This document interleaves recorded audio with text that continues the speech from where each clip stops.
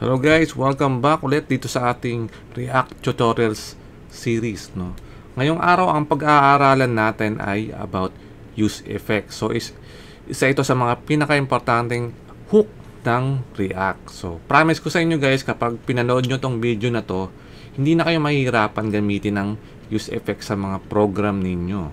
So tuturo ko sa inyo kung kailan nyo dapat gamitin at kung paano gamitin tong use effect.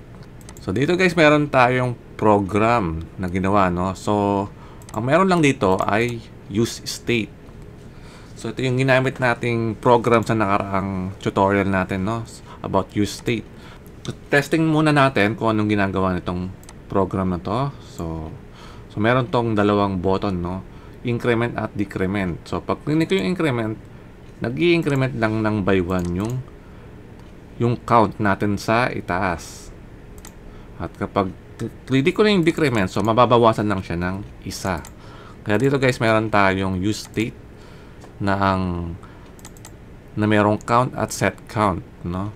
At meron din tayong dalawang function, yung handle increment at handle increment. Okay? So yung count, ito yung state natin, no? At yung set count, ito yung function na nag-a-update ng count. So para guys magamit natin yung use effect, kailangan natin siyang i-import. So sa loob nito, import lang natin yung use effect. Yan. So dito natin lagay yung use effect.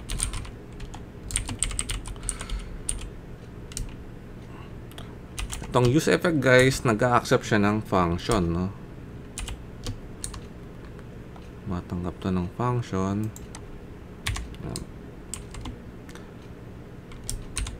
At meron tong mga dependencies, no, array of dependencies.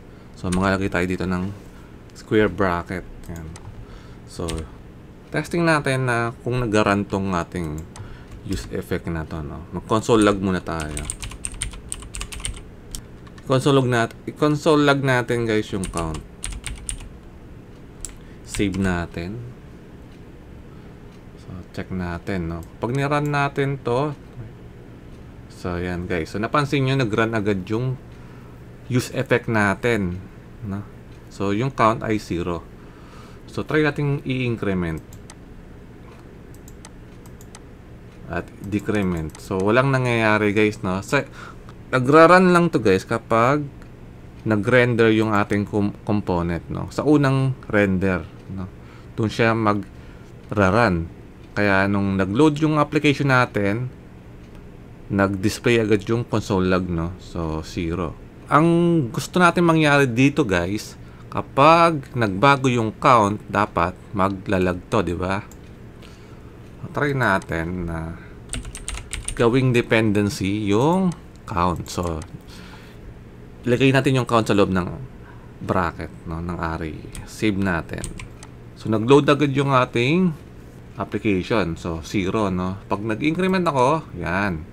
So nakita nyo, every time na mag-change yung count, nagra-run yung ating use effect. Nagra-run siya kasi meron tayong dependency dito na nilagay, yung count. So every time na magbago yung count, dapat mag-execute yung laman ng use effect.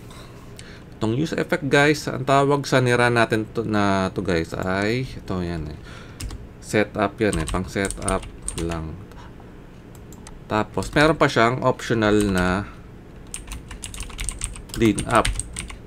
So mamaya i-run natin to, yung cleanup na. Maglalagay tayo ng cleanup dito.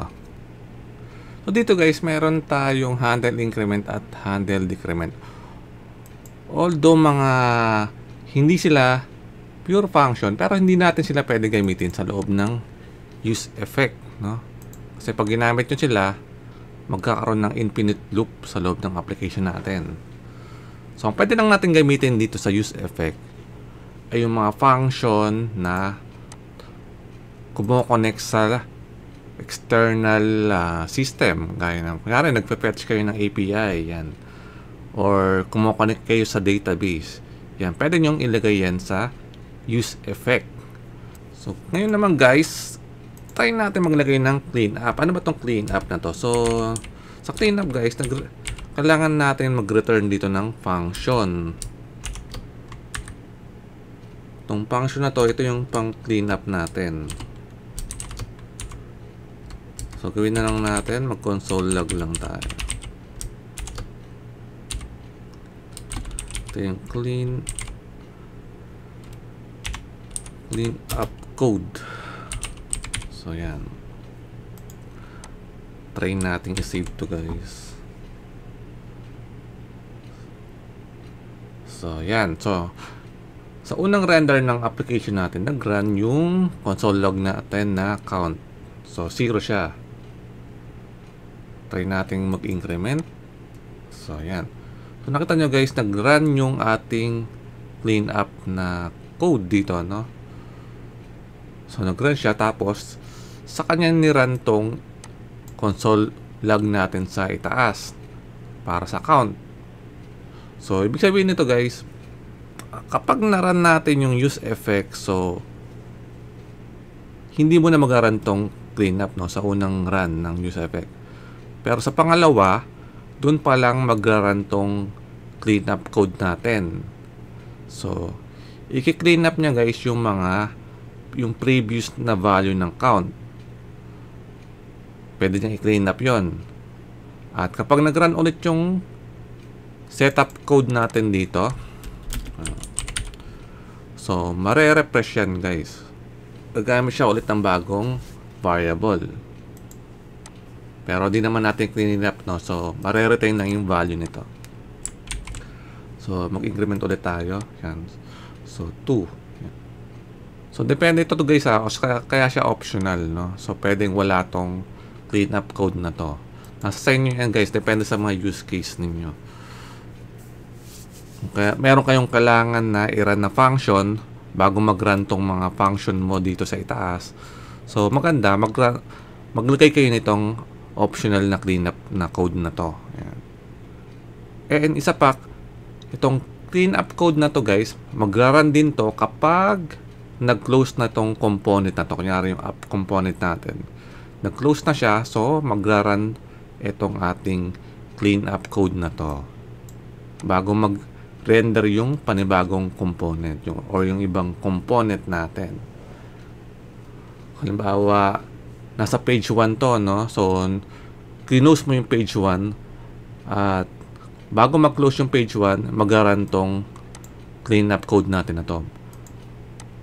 So, bago mag-run yung ibang page, mag-run mo na yung ating cleanup code ng use effect. So, dagdag ko lang guys, no, sa optional cleanup, ang isang magandang use case dito ay yung kapag kumonect kayo sa database, no. Kunyari dito sa setup code, kumonect tayo sa database at kapag kailangan na natin i-close tong component na to, kailangan natin mag-disconnect. So, kapag mag-disconnect kayo, pwede nyong i-run yung code na yon dito sa loob ng optional cleanup. So yan guys yung gamit ng use effects sa React. So, gamitin nyo to guys sa mga next program ninyo sa React. Maraming salamat sa inyong panonood at magkita-kita ulit tayo guys sa mga next video ko. So, don't forget to like and subscribe.